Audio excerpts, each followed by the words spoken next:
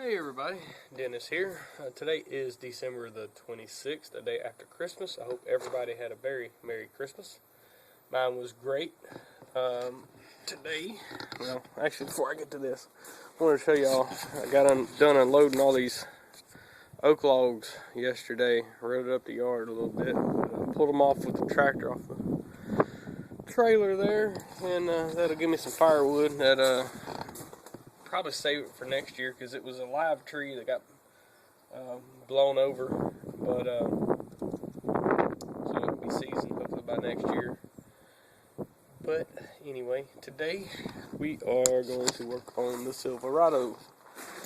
Finally getting to those valve cover gaskets. Trying to see, where did I put my light? I don't know how well y'all actually gonna be able to see this. They're leaking a decent amount, and every once in a while I get a oil burning smell when I come to a stop. Also, I've noticed a little more oil down there on the bell housing when I've done the last couple oil changes. Possibly got a rear main leaking as well, but a little word of advice, always start from the top because gravity.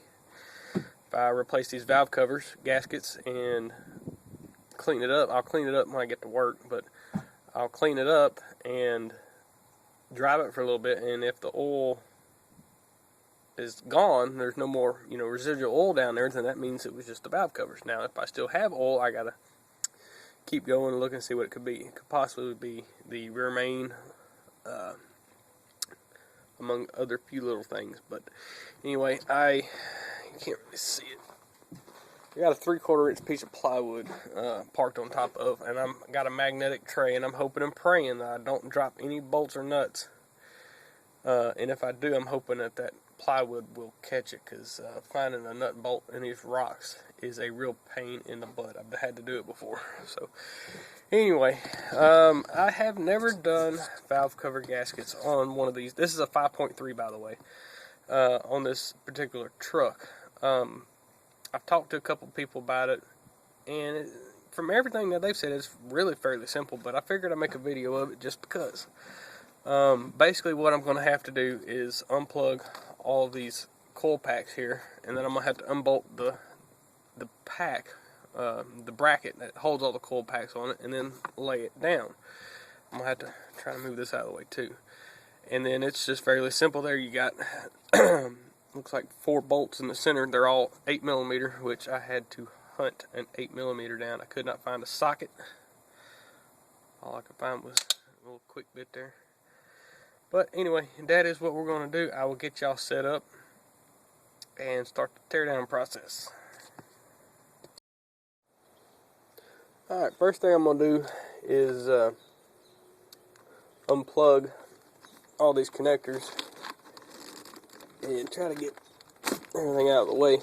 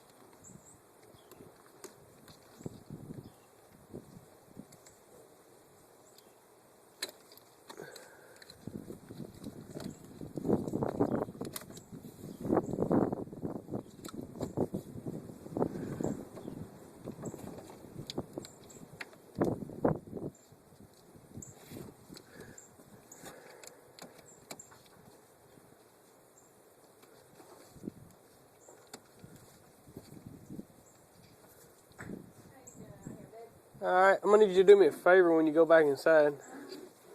I noticed that yesterday behind the TV in our bedroom, there's a little bitty red screwdriver. I'm going to need it, if you don't mind bringing it to me.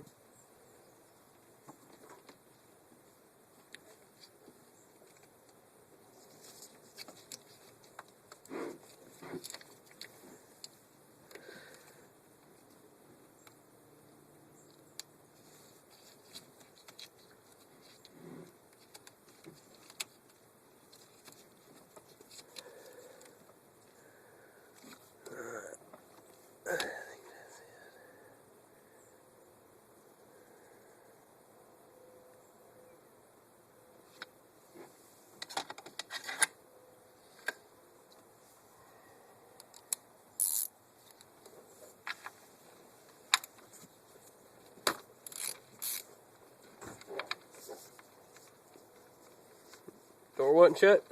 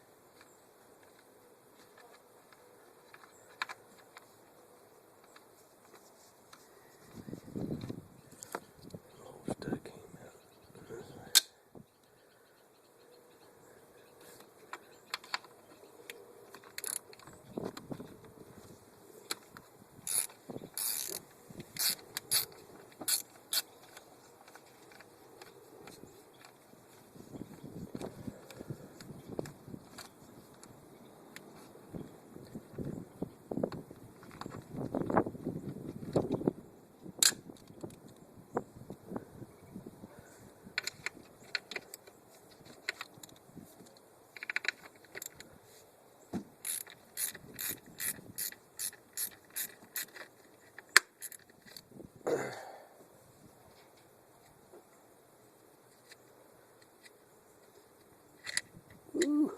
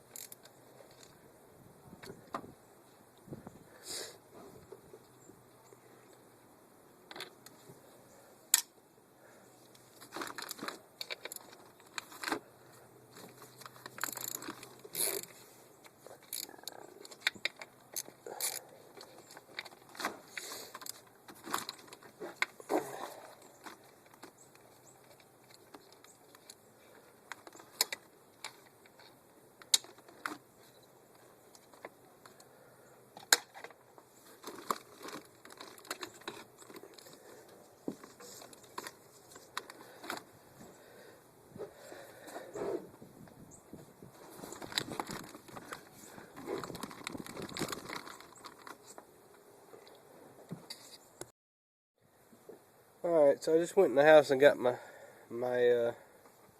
blowgun and a can of parts cleaner, because I don't know whether y'all can see it, but there's a lot of grimy crap up on top of that valve cover, and I want to get that brake cleaner and try to blow some of that crap out of the way with the blowgun and the brake cleaner, just to try and prevent when I pop that valve cover off. Don't want any of it falling down in there.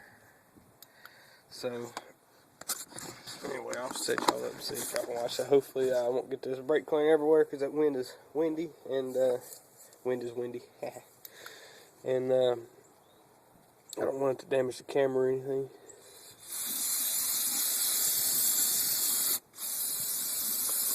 And besides, I was planning on cleaning these valve covers when I got it off.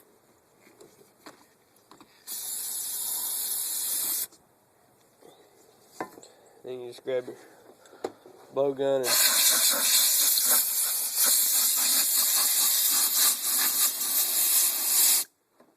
blow it out the way. I like that a lot better. Speaking of camera, I actually have plans within the next few weeks to buy a new camera. I've already looked at the model. It's a cheaper model. I believe it was Bell and Howell. The reviews were iffy, but it's the only thing I can afford, and this camera has really been giving me problems. Part of it, I probably need to get a new SD card as well, but I got to take the battery out of this one to get to the SD card, and that's causing problems because it resets everything. Also, with this camera, I've had some files get corrupted that I've recorded. The camera has stopped recording a couple of times with nobody touching it, frozen up, etc., etc. And, you know, I ended up having some credit card points that I went on their website and tried to look at some stuff to buy, and one of them was, there was actually two cameras, and one of them I almost ended up buying. It was a Sony action cam, and the reason I ended up not getting it was it's one of those that you see a lot of bicyclists and people that do a lot of heavy duty, you know, heavy stuff. And the reason I shied away from it was the type of lens it had on it. It had that circular lens that kind of distorts the image. So that was the biggest reason I went away from it. Everything else, it came with a waterproof or water resistant case. It came with you know, the charger and all that, of course. But it's tiny too. I mean, it fits on the side of, it's almost the size of a GoPro, just a little bit different shape. But anyway, I decided not to get with that one. And this other one is going to come with two tripods, a light. I think it was like 10 accessories. So I went ahead and went with this one. So anyway, when I get that, I will use it a couple times and give a review on it and see what I like on it. But anyway, back to this. I'm going to take these studs or bolts out of the valve cover. I'm trying to remember what I did with this nut driver. I doubt this is going to break them loose, but it's possible. Yeah, I think it would.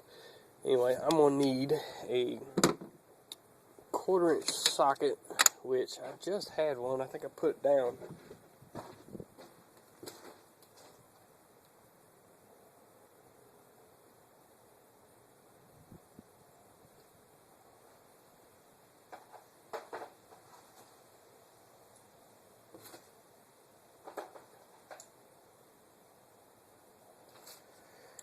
And anyway, I'm going to break these loose. And this valve cover should just pop off. I got a hose down there, I guess, for the PCV, which is positive crankcase ventilation, for those of you who don't know.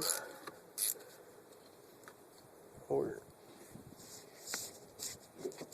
yeah, that's exactly what it is. You can hear it jiggling. Move that out the way. Probably should have got the grommet for that, but unless it's in that grommet kit I got, I don't remember seeing it. Because I got the grommets for the bolts here.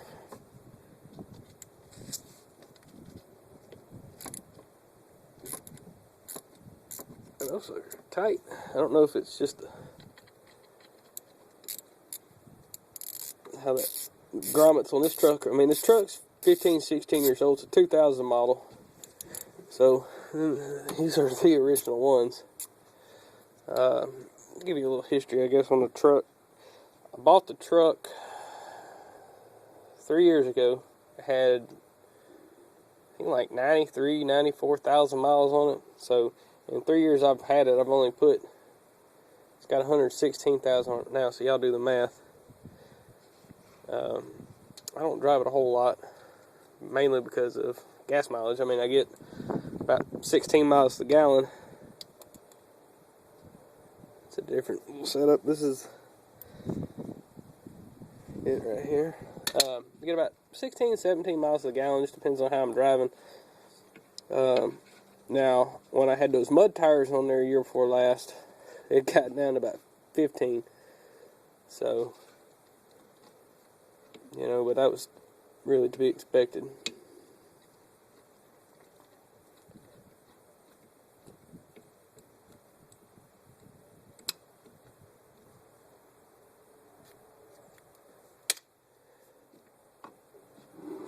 But anyway, more on the truck.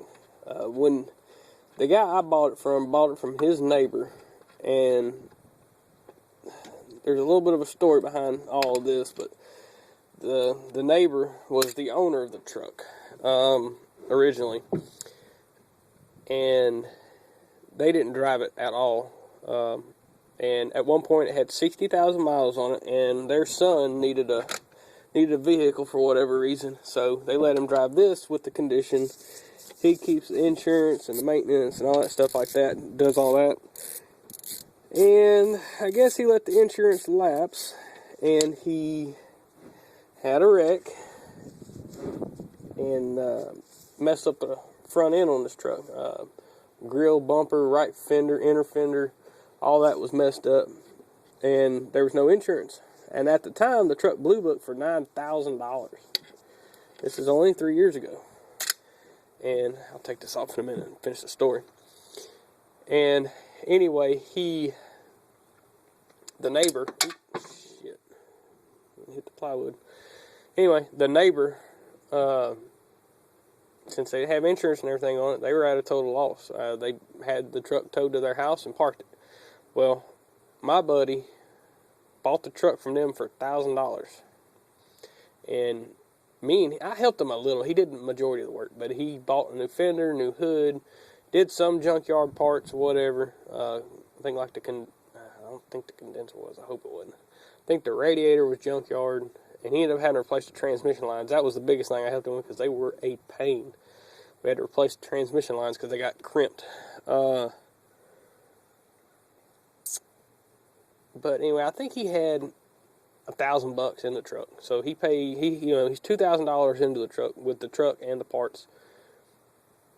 And we had a car come in. It was a 2006, 2007 Lexus GS 430, which was a pretty rare car. They only made it for a year, and it's a good car. And he wanted that car. Well, he ended up selling me the truck for $4,500, which, actually, was it $4,000 or $45,000? To be honest with you, I can't remember. But, the truck was, it was in pretty decent shape, and, needed a few body panels needed to be aligned, but I couldn't beat it. For 93,000 miles, I think was on it. It was in really great condition. I couldn't pass it up. And at the time, I had a 92 Chevy 1500 two-wheel drive with a 5.7, and I loved that truck, but it was a regular cab. And I had a 6-month-old daughter at the time, and there's just no room for 3 people in a regular cab truck, so I ended up buying this. So I think I ended up total out of pocket $1,500 because I was able to sell my 92 that had 230,000 miles on it for $3,000. But that was a great truck. It was in pretty decent shape. No leaks or anything. It just had a little bit of body issue with the clear coat peeling. But anyway, enough talking. This valve cover should pop off.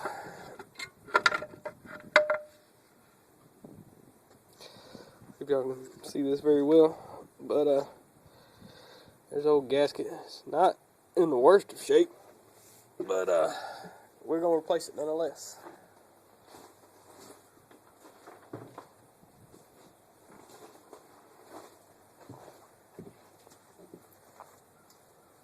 Clean my hands off real quick because there's a lot of grime on them valve covers.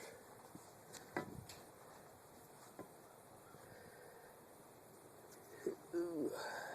Everything looks good under there, so I'll bring y'all back in a minute when I get that valve cover cleaned up.